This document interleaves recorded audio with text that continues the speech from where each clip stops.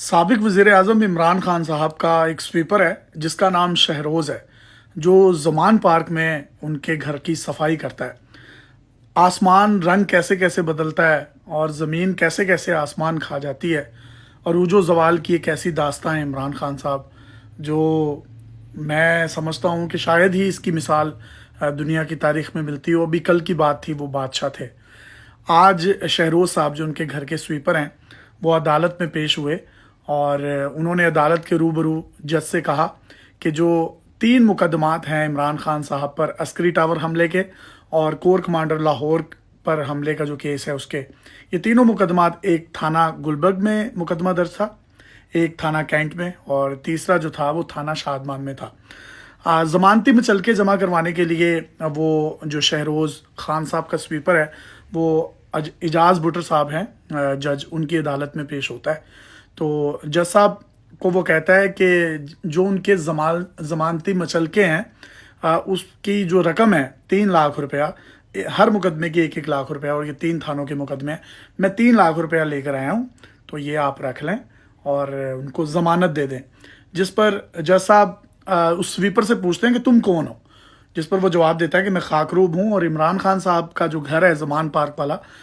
اس میں صفائی ستھرائی کا جو ہے وہ کام کرتا ہوں۔ جج صاحب نے اس سے پوچھا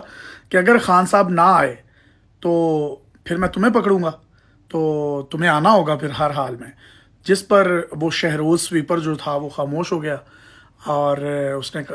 ضمانت لینے سے پھر جج صاحب نے انکار کر دیا، کیونکہ اس نے اس چیز کی ذمہ داری نہیں اٹھائی کہ اگر خان صاحب نہ آئے تو پھر ضمانتی کو پکڑا جاتا ہے قانون کے مطابق۔ تو وہ عدالت نے ان کے مچلکے 3 لاکھ روپے کے لینے سے انکار کر دیا، اور کیونکہ اس کی طرف سے پراپر ضمانت نہیں دی گئی، اورلی منہ سے نہیں دی گئی،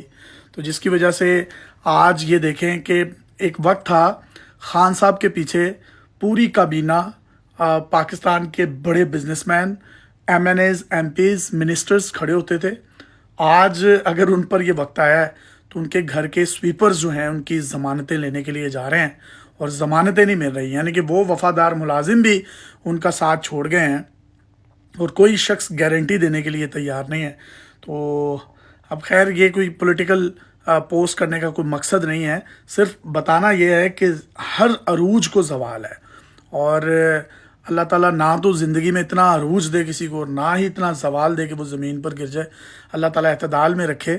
اور ہر شخص کو جو ہے جواب دہ ہونا ہے، اور اس کی ریت کے بارے میں اس کو جواب دہ ہونا ہے۔ اللہ تعالیٰ ہم سب کو ہدایت دے اور سب کے لیے آسانیاں پیدا کرے۔